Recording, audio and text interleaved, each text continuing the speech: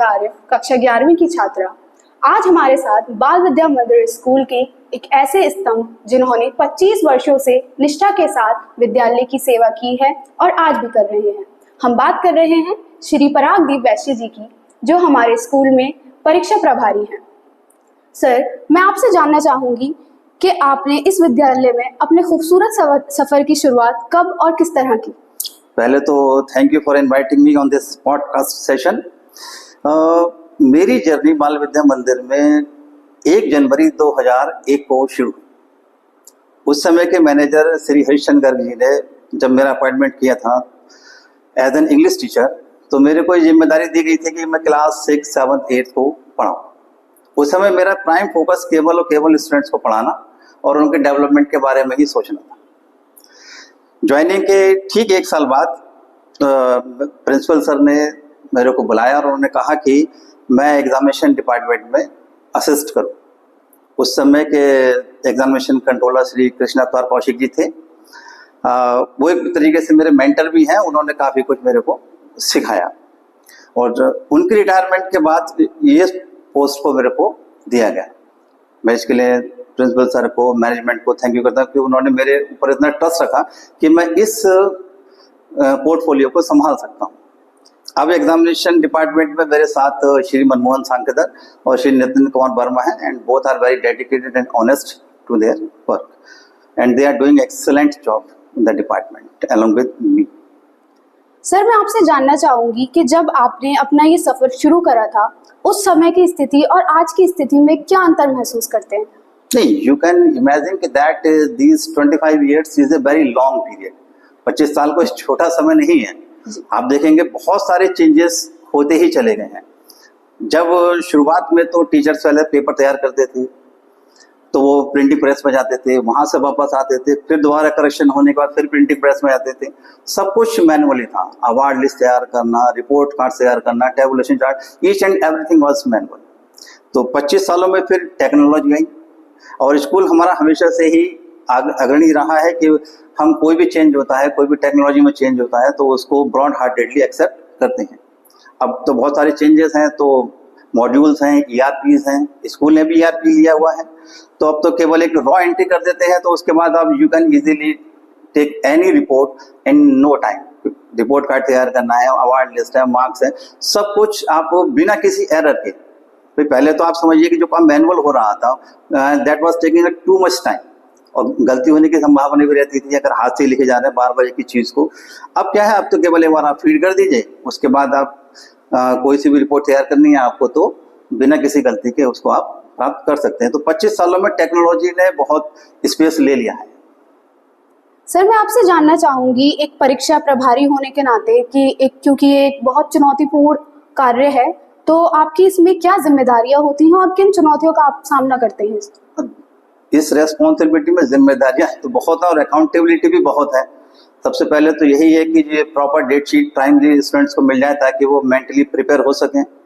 Timely submission of question papers है, timely evaluation है, timely declaration of result है, बहुत सारी चीज़ें होती हैं। और सबसे ज़्यादा इम्पॉर्टेंट ये है कि एक आजकल आप सुनते हैं कि पेपर लीक हो गया, तो पेपर लीक ना हो, इवेल्युएशन करेक्ट हो, किसी के साथ कोई दिक्कत ना रहे। तो ये बहुत सारी चीज़ें हैं जिनको फेस करना पड़ता है।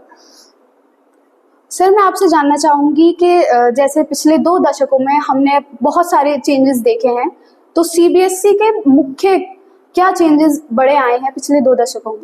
जैसे कि मैंने पहले बताया, 25 साल एक लंबा पीरियड है, तो CBSE ने भी बहुत सारे चेंजेस किए हैं। पहले क्लास 10th और 12th में सिंपल बोर्ड के एग्जाम्स हुआ करते थे। क्लास 10th में तो 100 मार्क्स से ही पेपर हुआ करता था पहले। उसके बाद फिर 2009 से 2017 तक CCE आपने सुना होगा, continuous and comprehensive evaluation start हुआ। 2018 में फिर से एग्जामिनेशन की वापसी हुई। अब बोर्ड का जो प्राइम फोकस है उसने इंटरनल असेसमेंट भी किए हैं। आप देखेंगे 10th में और 12th में कोई सा भी ऐसा सब्जेक्ट बचा नहीं है जिसमें इंटरनल असेसमेंट ना हो।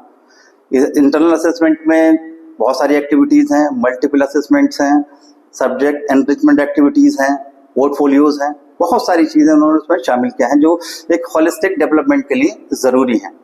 उसके बाद अब कॉम्पिटेंसी बेस्ड क्वेश्चंस आने लगे हैं, तो बोर्ड का बहुत सारे चेंजेस उन्होंने किए हैं। और आपको ये बात तो माननी ही पड़ेगी कि जो चेंज है वही परमानेंट है, चेंज तो लगातार होता ही रहेगा।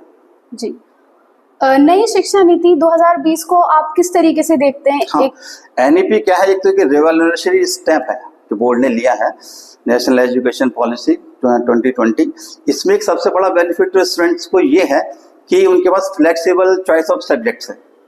पहले हम देखते थे कि भाई ये साइंस के सब्जेक्ट हैं, ये कॉमर्स स्ट्रीम के सब्जेक्ट हैं, ये ह्यूमैनिटीज के हैं। अब ऐसा नहीं है। अब जो साइंस पढ़ने वाला स्टूडेंट है वो इकोनॉमिक्स भी पढ़ सकता है, हिस्ट्री वाला अकाउंटेंसी भी ले सकता है। और जो नया स्ट्रक्चर है, पहले 10+2 था, अब 5+3+3+4 है। तो जो एक गैप था पहले स्कूल्स में और डिग्री कॉलेजेस में, उसको कम करने की इसमें कोशिश की गई है। सर, मैं आपसे जानना चाहूँगी कि ये बहुत ज़्यादा लंबा पीरियड आपका 25 वर्षों का रहा है, तो छात्र और अभिभावकों के सोच में क्या बड़ा अंतर आया है आज के समय में? जी, बहुत बड़ा बदलाव आया है। पहले तो पेरेंट्स 1 या 2 बार ही स्कूल को विजिट किया करते थे, एक बार रिपोर्ट कार्ड मिलना हुआ तभी आते थे, और वो इतने क्वेश्चन भी नहीं पूछते थे। जो उनको टीचर्स ने बता दिया, जो स्कूल्स ने उनको इन्फॉर्मेशन दे दी, उनके लिए वही काफ़ी होती थी। लेकिन अब पेरेंट्स बहुत अवेयर हो गए हैं। हर टेस्ट के बाद, हर एग्जाम के पीटीएम्स होती हैं, पेरेंट्स आते हैं, पूछते हैं कि भाई हमारे बच्चे की क्या परफॉर्मेंस है और क्या डेफिशिएंसी, किस तरीके से उनको और बेटर किया जा सकता है। तो वो ही चाहते हैं कि उनका बच्चा हर सब्जेक्ट में 90+ स्कोर करे। बच्चों के ऊपर भी मेंटल प्रेशर रहता है कि जो पेरेंट्स की एक्सपेक्टेशन है बहुत हाई है, तो उनके लिए प्रॉपर काउंसलिंग्स की जाती हैं। संगीता मैडम है, अंकिता मैडम है, वो बताती हैं कि भाई हर बच्चे का लेवल एक जैसा नहीं है। कोई स्टूडेंट एकेडमिक्स के लिए है, कोई स्पोर्ट्स के लिए है, कोई बिजनेस के लिए है। तो ये प्रॉपर काउंसलिंग्स के थ्रू ही पॉसिबल हो पाता है। सर, मैं आपसे आखिरी सवाल पूछना चाहूँगी कि एक परीक्षा प्रभारी होने के नाते आप आज से 5 साल बाद परीक्षा प्रणाली को किस तरीके से, क्या बदलाव आ सकते हैं उसमें? चेंजेस तो कंटिन्यूस हो ही रहे हैं, तो आगे 5 सालों में जहाँ तक मैं समझता हूँ कि जो डेटाबेस है और जो यूज ऑफ आर्टिफिशियल इंटेलिजेंस है, हो सकता है कि अब कुछ कॉम्प्रिहेंसिव इवैल्यूएशन इस तरीके का स्टार्ट हो जाए जिसमें आर्टिफिशियल इंटेलिजेंस का इन्वॉल्वमेंट हो, और बहुत सारे चेंजेस हो सकते हैं। डेटा बेस्ड ज़्यादा रहेगा। शुक्रिया सर आपका बहुत बहुत आज के हमारे इस पॉडकास्ट में हमें समय देने के लिए। Thank you. और मैं अपने स्कूल की मैनेजमेंट और प्रिंसिपल सर श्री मनीष पनवर का शुक्रिया अदा करना चाहूँगा कि उन्होंने मेरे पर इतना फेथ रखा है और इस महत्वपूर्ण विभाग की जिम्मेदारी मेरे को दी है। Thank you.